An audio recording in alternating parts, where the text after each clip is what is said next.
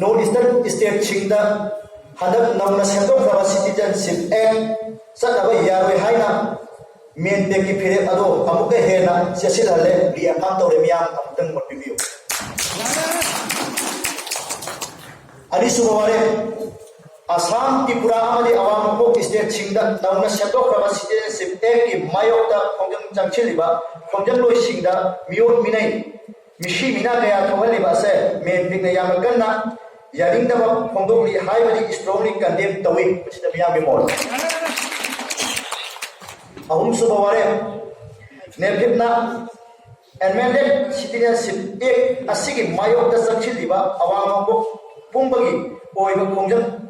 खुदिंगमक्ता condition जावदना main pack सवटपगा लोयना शर्प यागनी मियामगी मोल कुबा को how देश Y यारिंग जावना मयाम तक मरी सुबवारे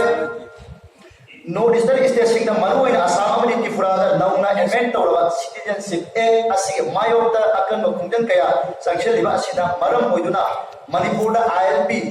चनहलबा असिगी असि अफबा खोंथांग अमा ओइनबसु मणिपुर मियामना हराव नुंगाइबा अमदि पेथोकपा मतंग मतम चाद्री पसि आइगी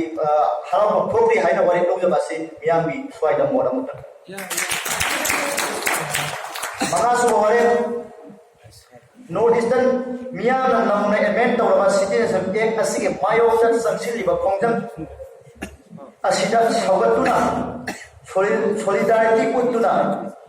दिसंबर की तारीख 13 टिंग लिसिंग अनि तरामापन की अयुक पुंग 13 तारा मतमदा मियामी ओइबा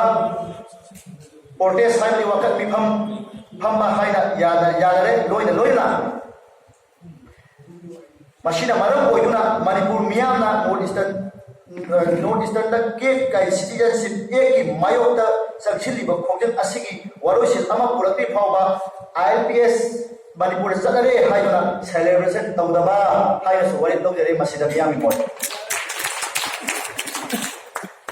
मयाम पुनमफु अरोइबदा